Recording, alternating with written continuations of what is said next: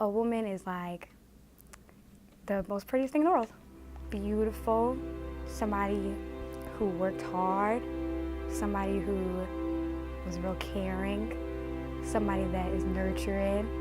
Strong, independent, carefree, anything they want. Well, ideal woman to me when I was growing up was a woman who got their own house, who got their own kids, who got a job, who got a car. Like, who didn't need to rely on anybody but their own self. Did you have that growing I don't know. I always wanted to be a veterinarian for some reason. I don't know why. I wanted to be a dancer, an artist, a painter, a singer. I wanted to be a lot of stuff. I wanted to be a news conductor. I wanted to be a chef. I had a lot of goals.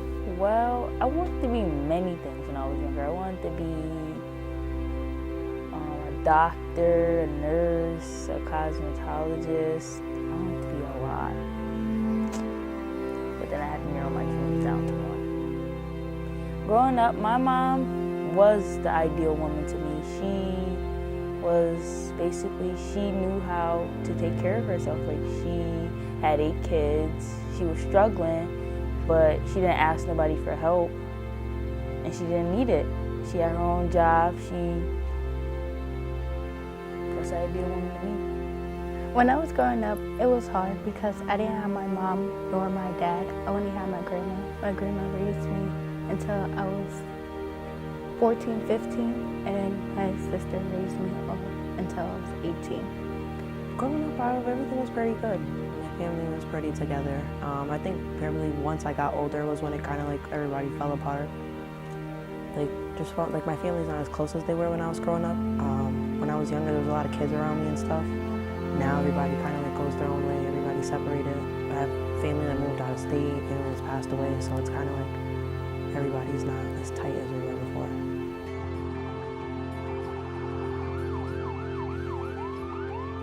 You know, before I started fighting, a lot of people used, like on the bus, they would be like, oh, you're scared, all these people will beat you up, like you won't fight because you'll get beat up, blah, blah. And after my first fight, I felt like, try me now, you know?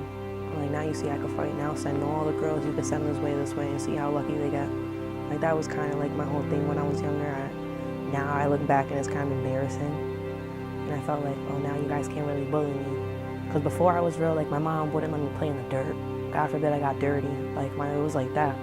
So once I got my hands a little dirty and I got in the mix, I was like, oh yeah, you know, now I could hold myself down. I don't even have to keep calling my mom to come back me up. So me and my other sister had to go to a group home called Safe House.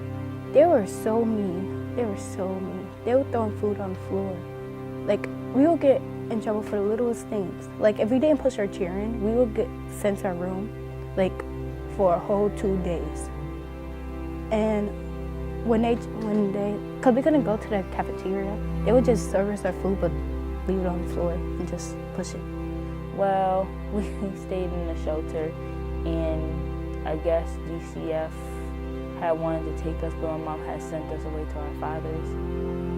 To me, it was horrible. I was always on punishment. I was always the only one getting abused at the time. Was it physical? Yeah.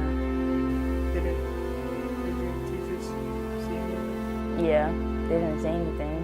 It made me feel alone, like I didn't have anyone to talk to about it. What girls need to help them more in the system is somebody that actually wants to listen to them and somebody that's going to be there for them, because it's hard for us girls to give our trust to just anybody, and we have to have people that are willing to bring us back in and work hard for us, and somebody that's going to stand in our corner.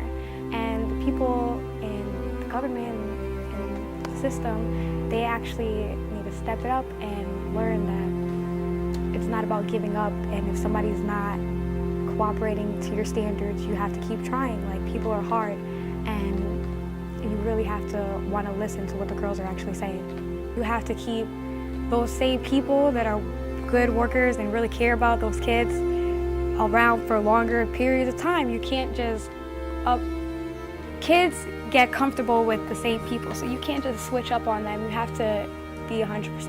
And I I just feel like you can't start a program and end it because that's what could be working for them and you just don't know, so you just gotta keep going. I had a lot of people like that, a lot of DCF workers like that, and they would just write it all down but not do anything. Like, they would just write it down for nothing. I feel like they don't focus on trying to communicate with kids in different ways. They want to do it in their way.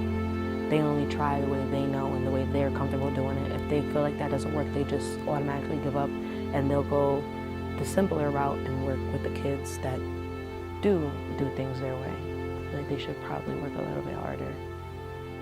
A whole lot of cans and can'ts. You know, people like to say you can be anything you want, but then I think for females sometimes when they are going farther than the world expects them to go, that it starts to stop for them, and maybe people get a little uncomfortable and don't expect them to really achieve quite as much as maybe they would expect for males.